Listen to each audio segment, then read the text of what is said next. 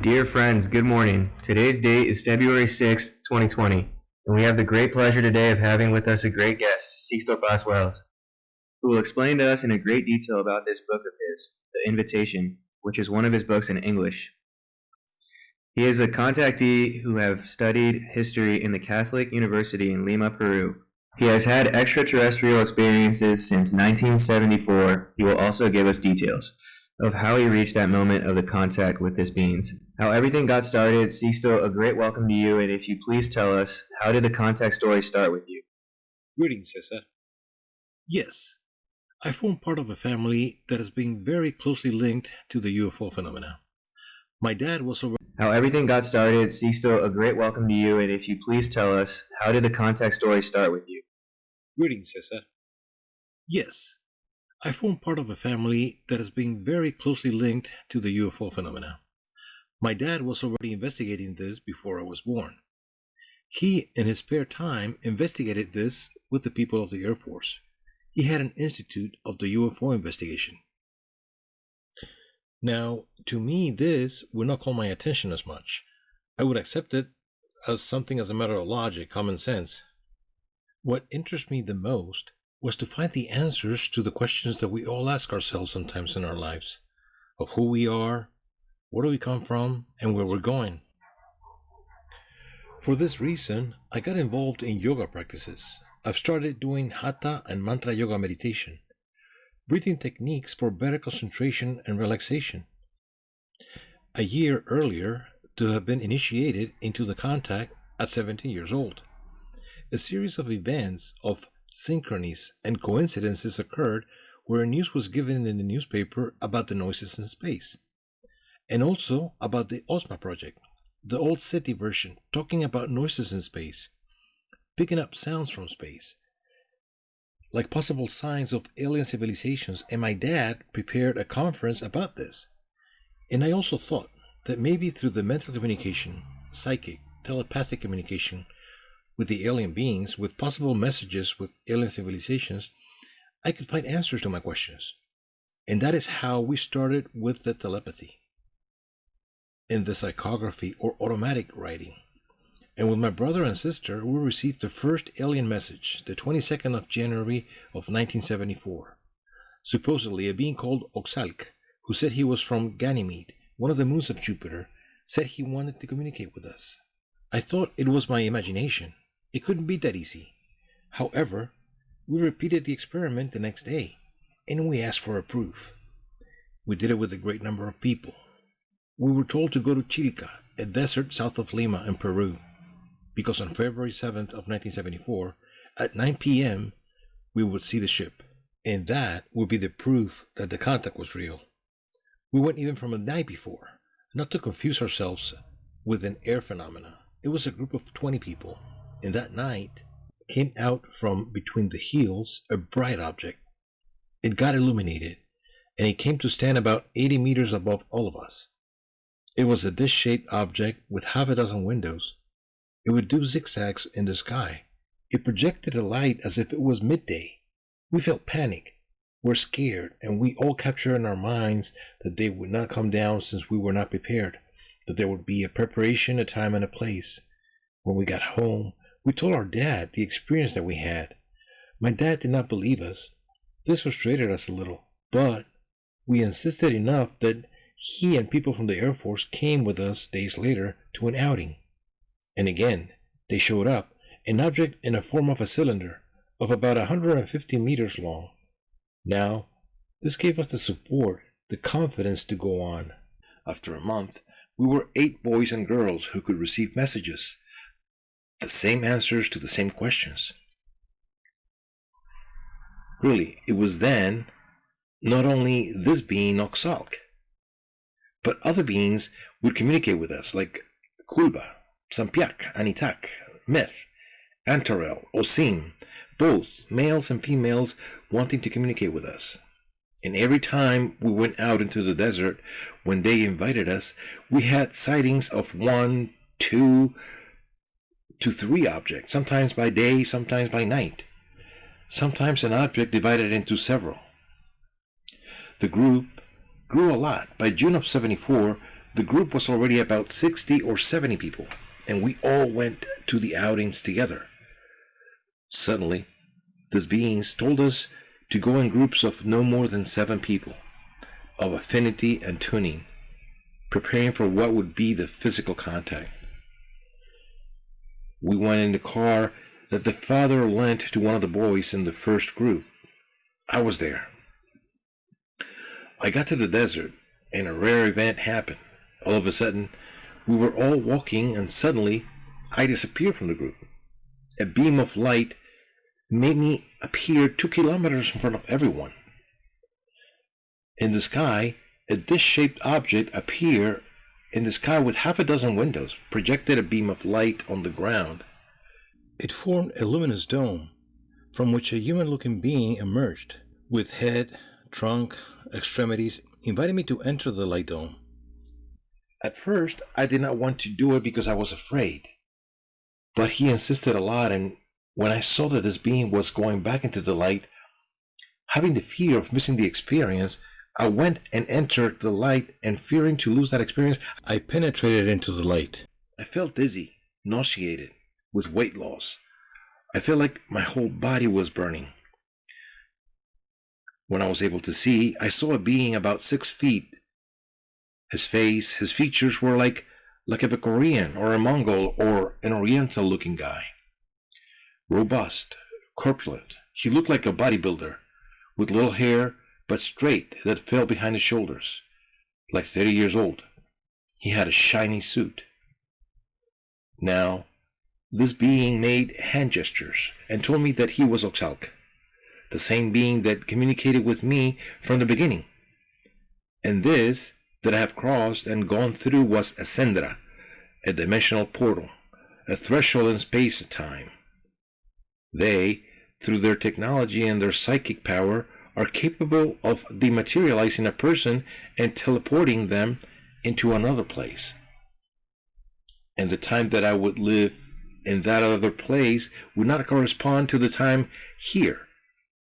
I accompanied him to Ganymede, one of Jupiter's 16 moons, an artificial life moon, since they have adapted life there with their technology. Occupying about 15 to 18 times the horizon in relation to what we would see the sun, the planet Jupiter was in the sky. And he told me that they have cities both on the surface and subsoil, and that there were oceans as large as those of the earth, below the surface ice, and they have settled there as we will one day on a moon or anywhere else that suits us. I calculate to have been there about 4 to 5 days.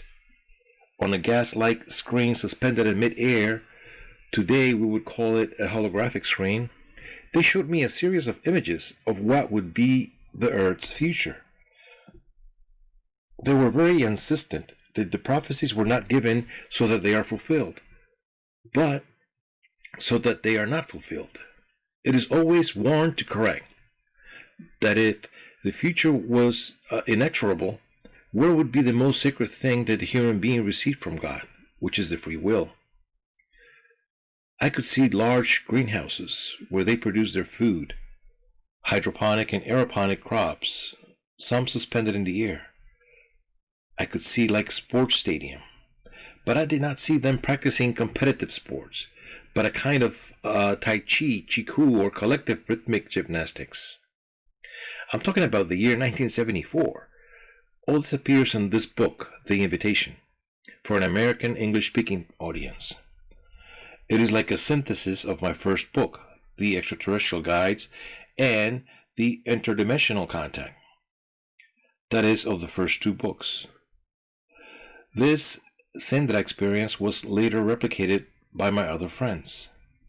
2 weeks later, the 7 of us returned to enter a Sendra. When I left the Sendra, my colleagues came to the place and saw me coming out of nowhere. Then I was asked where I had been. I prefer not to tell them any details because I myself did not believe what I had lived. And after 2 weeks, we all entered the Sendra together. And then, many individually and collectively, We repeatedly sent that experience or lifted. 1 month after the experience, the ship landed in the desert, and from the interior of the ship came out a human-looking being, about 2.5 meters tall. Oxalc has 1.80 meters. This being was about 2.5 meters and with Nordic features. He looked like a Scandinavian, short hair, a platinum gray color, a silver suit, a black breastplate on his chest. This being also made hand gestures. The communication was mental, and what we got in our minds was that this being told us that he came from a place called Apu, a planet from the Alpha Centauri star, at 4.2 light years away from our solar system, a two-sun binary system, and it is a planet bigger than ours. It has oceans like Earth, mountains, magnetic fields, all the conditions. Well, in 2012, NASA and 3 American universities concluded the existence of an exoplanet that revolves around the Alpha star of Centaur at 4.2 light years away, which would have conditions for life like ours, confirming what we have received since 1974. Now, this being told us to go to this place in the mountains called Markawasi, a very special place because one of the great final battles of aliens or gods of the past took place there. We went to this place. There we had experiences of physical contact. We saw the ships. We saw these beings, and they told us that they would open up the media so that the message of our contact reached all those people who had been prepared before. We did not know what he was referring to. When we returned from the mountains, it was fulfilled what the message said. Juan Jose Benitez, a Spanish journalist, had been sent to Lima to cover the unusual news of our contact. During the days we had been in the mountains, my father had leaked our contact information. That had an impact on the International EFE agency, and the few days that we had been in the mountains without us knowing. And when we arrived, the message was being fulfilled with the presence of the journalist at the scene. And the journalist told us if these beings were really interested in publicizing our contact experience, why would they not ask for the only proof that no one has yet given? Easily trickable photographs, very subjective stories, although there are many witnesses, because they are never impartial and objective. The presence of journalists at a meeting announced by appointment, that would be somewhat overwhelming. And it was not me, it was my brother Charlie who received that important psychographic communication, in which Benitez was invited to this scheduled meeting. And this is not the story of Sixto Paz. It is the story of a group of people, of which I am just one more. The group went to the desert. The ship appeared. Benitez was able to see 2 objects making evolutions in the sky, and back to Spain, he testified on Spanish radio and television, and published his first book, UFO, SOS to Humanity, from editorial Plaza Janés.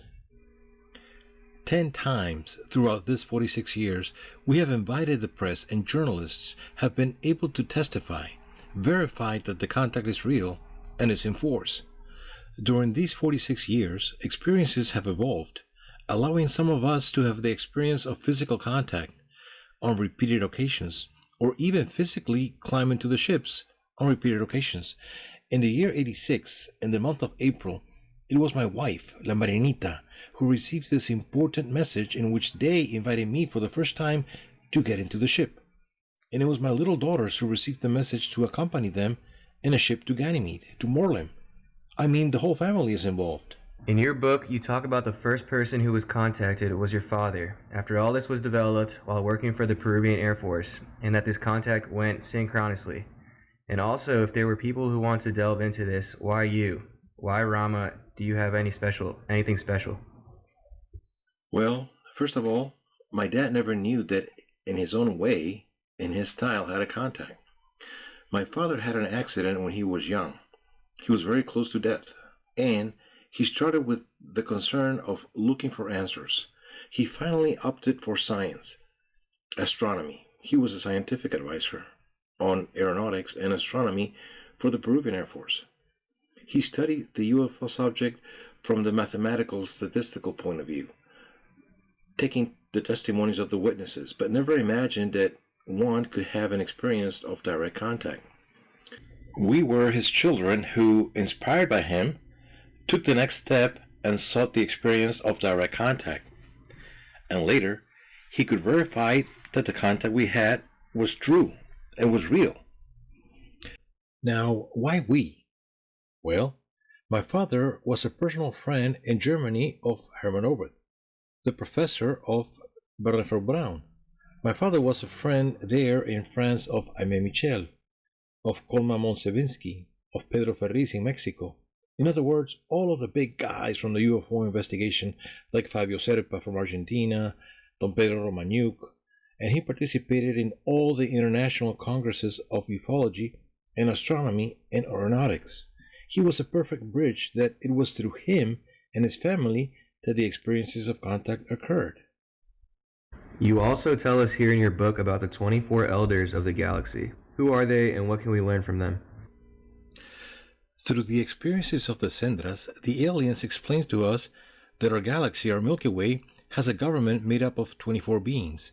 I mean, all the most evolved worlds capable of helping each other and helping other planets that are in the process of evolution, they are under the regency of those 24 elders. Below them, there's a whole hierarchical order or civilizations that are the so-called genetic engineers, sowers of life, a kind of cosmetic gardeners. There are also the guardians and watchmen of worlds, and finally, and closer to us, the instructors. So the 24 elders dispose who, under what conditions, can come to a planet like ours and give us a hand, or to prevent anyone from hindering our evolutionary process.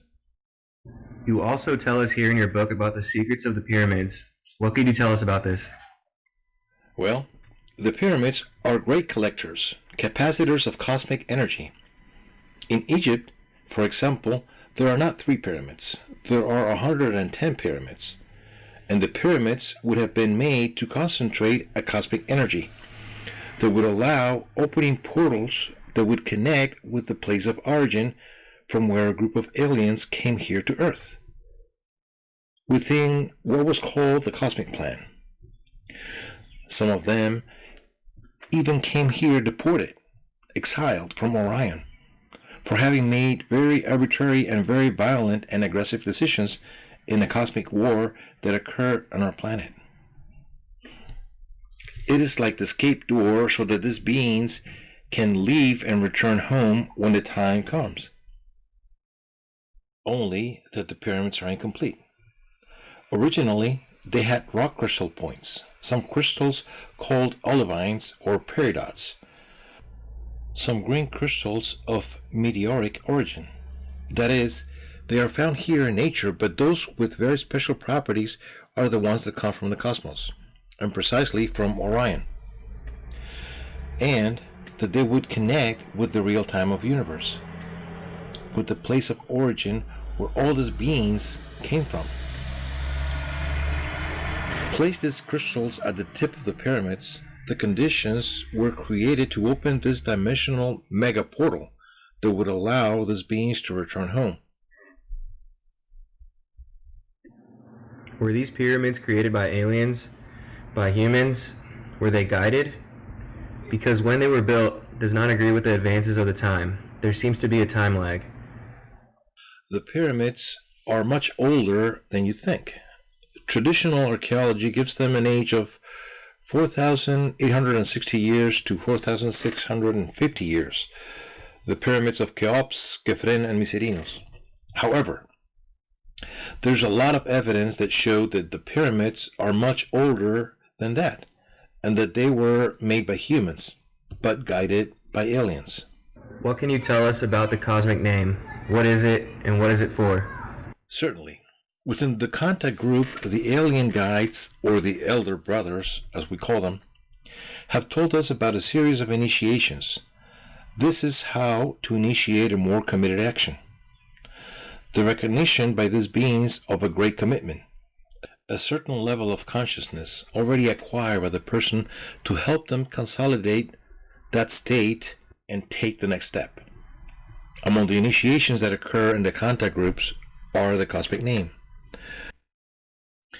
which is like the personal vibratory key. It is personal and not transferable. There are not two people who have the same cosmic name. From the collective soul of the planets, from the experiences that the various beings have, all that energy accumulates all that experience of life, and every so often, nature collects all that conscious energy. And there's an explosion of light and sound that leads to the condensation of individualized spirits. At the moment that this explosion of light and sound occurs, there is a sound that accompanies the emergence of that individualized spirit, and from that moment, a long process of reincarnations begins where the individual, the being, seeks becoming aware of the spiritual path. There is a second explosion that takes place. An additional sound that is added to the previous one, and that the cosmic name is complete. In other words, every cosmic name has at least two syllables, or two parts at least. There are cosmic names that are much longer, and the cosmic name is like the key to the recognition of the person of his personal mission, to know what is your role cosmically speaking, both personally and collectively. The cosmic name can be received through dreams. It can be received in communication. It is given to you by extraterrestrial guides.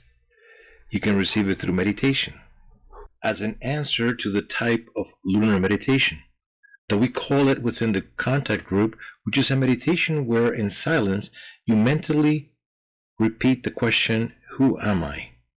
at the beginning fast, then more and more slowly. It may not be the first time or after many meditations, but over time the answer comes. Where in a time when extraordinary energies are coming from the center of the galaxy that had already been warned by aliens already since the year 74. A pulse, an energy of violet light coming from the central sun of the galaxy. According to the scientists, from the center of the galaxy nothing could come out because there's a black hole of supermassive Sagittarius A. Is impossible. In 2010, the Fermi Gamma Ray Space Telescope detected the pulse emitted by the center of the galaxy, an energy of violet light that would be the real culprit of climate change and planetary seizures, as we have said since 1974. Science confirms everything we have received since from the aliens. So through the cosmic name, one can recall past life experiences? You can remember past lives. You can activate all your psychic potential. You can become aware of what your mission is. That is, reconnect with that negotiation with the beings of karma, with those entities from other planes, dimensions, that are the ones that regular births can somehow allow you within the activation of all your psychic potential to work for the healing of the planet, to radiate the planet, to heal other people. The possibilities are really great of the cosmic name.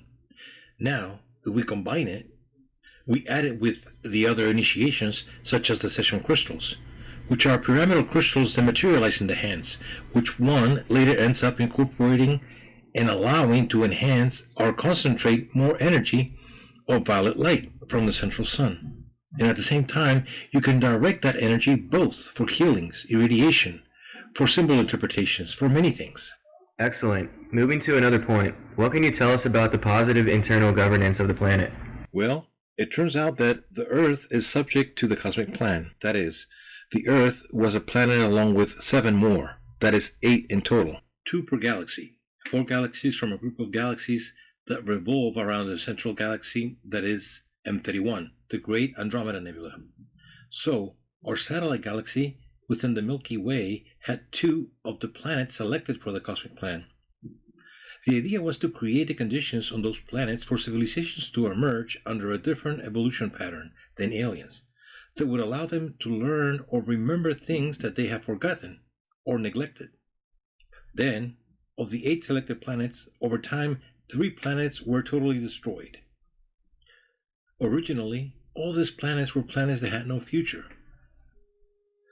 The same Earth, 1,200 million years ago, according to the aliens, died as a result of impact of meteoric rain that not only extinguished the life of the planet, They ended the Earth. The Earth became dust, disappeared, and extraterrestrials, as they can travel through time and space, as long as certain limits and under close supervision. They cannot really alter the processes.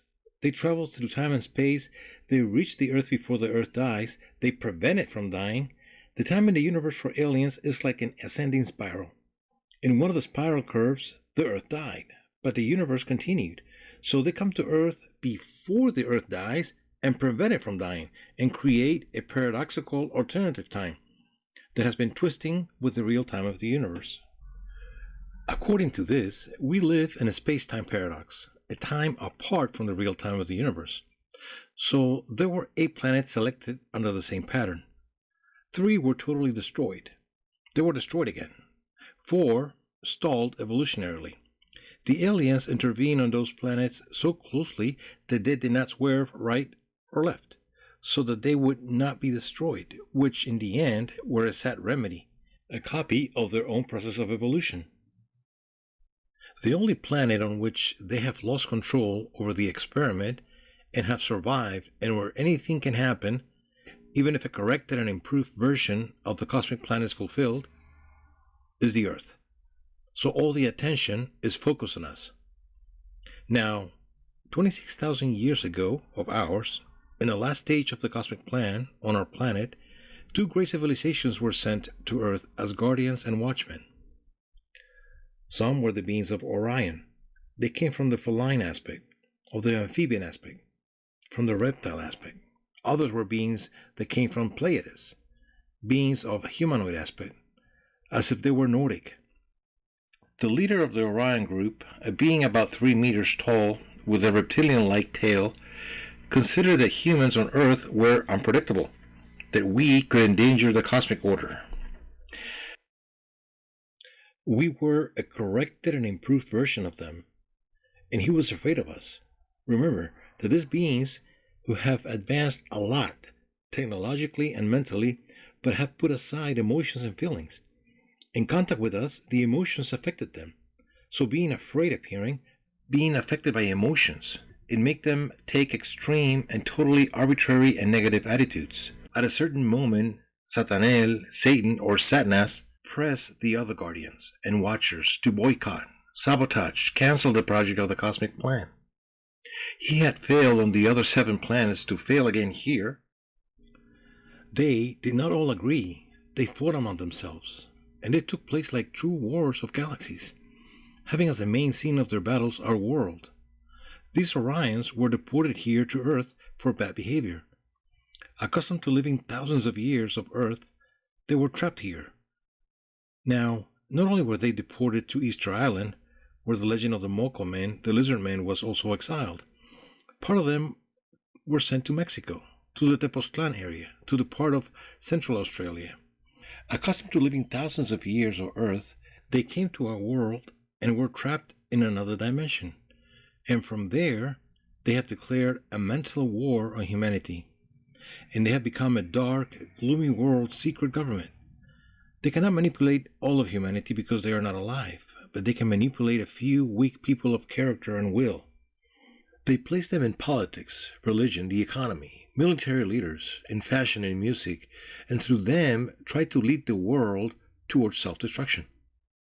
Although not all the Orions participated in the descent, the Orions were replaced by the beings of Sirius from Canis Major, who along with the Pleiadians were left as guardians and watchmen.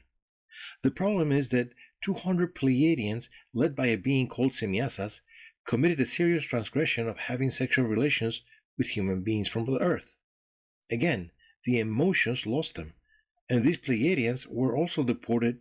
They were also exiled in our world. So, there have been exiled beings because they revealed themselves to the plan, and others because they exiled themselves. They did things that they were not allowed. And these beings who were deported for having sexual relations with human beings from the Earth were left in the interterrestrial world. They ended up being interterrestrial. Now, just as a dark, gloomy world secret government had been formed more or less 12,000 years ago, 32 extraterrestrial beings from 32 different civilizations, they landed in the Gobi Desert, in Mongolia and founded the mythical Shambhala. That is, the idea was to bring order to the interterrestrial world as on our planet. So they create the positive internal government of the planet, or the Great White Brotherhood of Internal Retreats. Over time, they have been preparing people from Earth itself to replace them as the White Brotherhood, as the keepers of the knowledge archives. The curious thing is that our ancestors were summoned to join the White Brotherhood, were invited to keep the files but not to have access to them. And rather, it is through groups like Rama, through contact groups, that we are invited to replace all these people, to occupy the new place of the White Brotherhood, but no longer to keep knowledge, but to make knowledge of ourselves and share it with all humanity. What can you tell us about the 10th chime, or stroke of Anarim? It is a symbolic way of pointing out the climax, the most intense, most interesting moment of the Aquarian Age, the moment when the knowledge of humanity begins to be overturned definitively.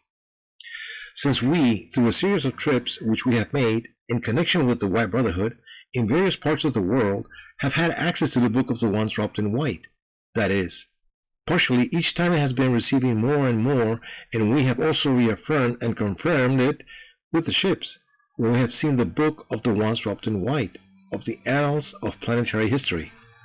That is, the definite answer to those questions that I had from 1 year before contact, in the year 73, of who we are, where we come from, and where we're going. We are star seeds. We are seeds of beings from other worlds. We were sown on this planet. We are the corrected and improved version of themselves, and we exist here to learn to love and teach them to love, but not because they don't love.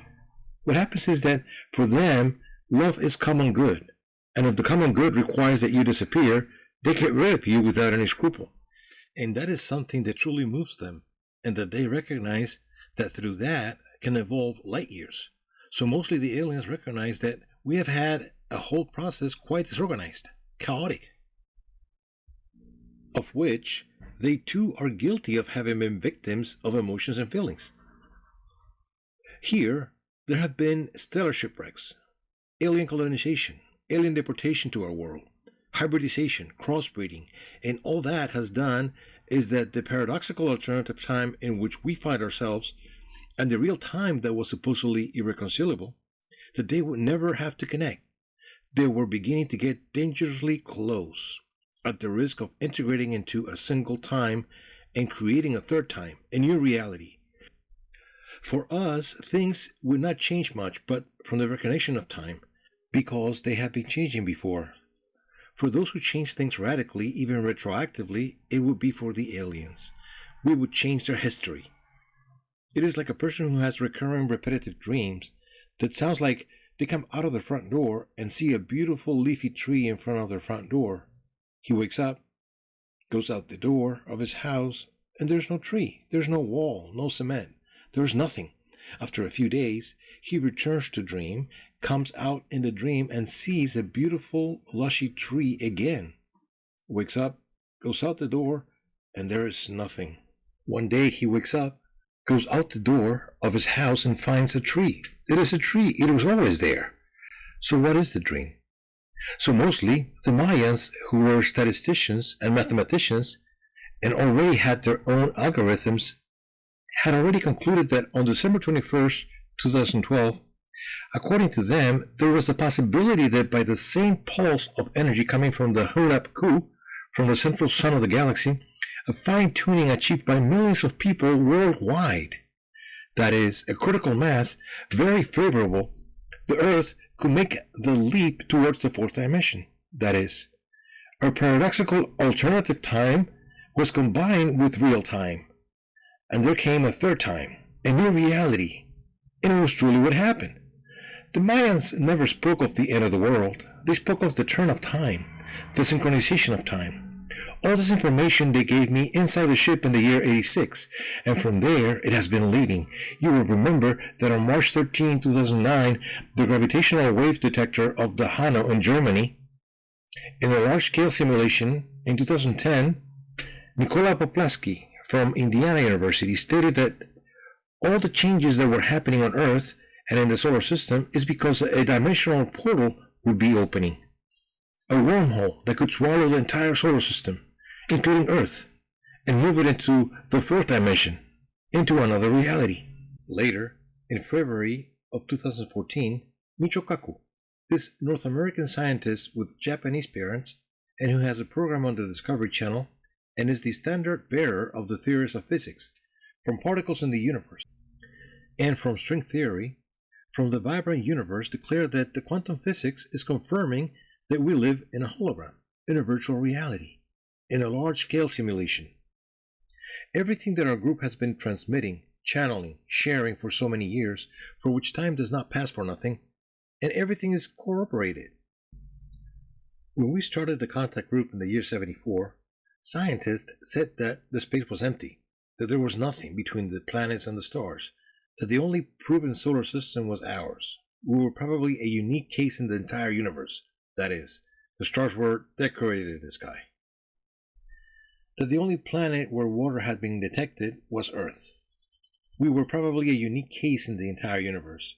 So, if we destroyed ourselves, it was as if creation had not made the slightest sense.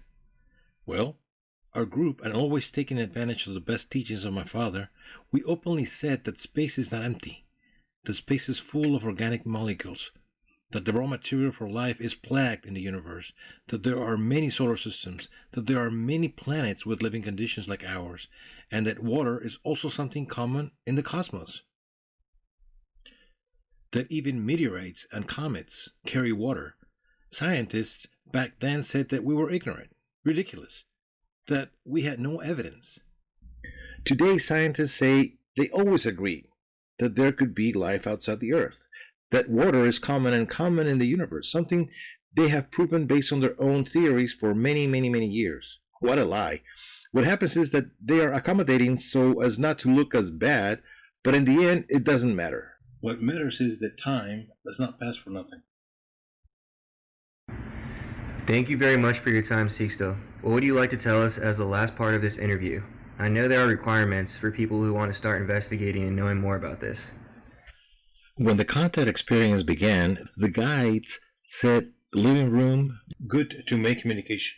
The harmony of the own home, the harmony of the individual, the group spirit, the friendship between the people of a group are those that allow and facilitate a very close contact experience. That is why we never neglect our inner peace. We never neglect our relaxation with those closest to us.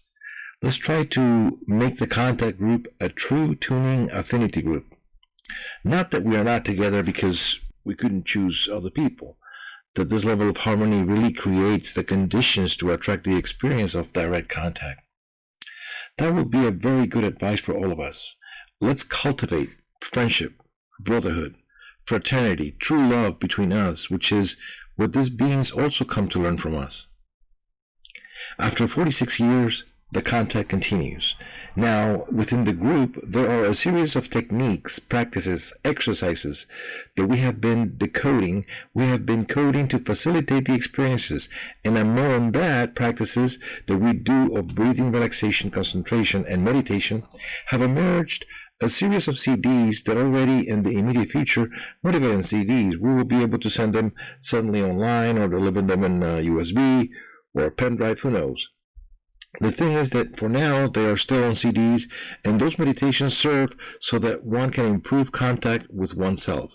If we want to have contact with the universe, we want to open ourselves to the message that comes from the stars, that the universe has never stopped talking to us. It is the human being who does not finish learning to listen.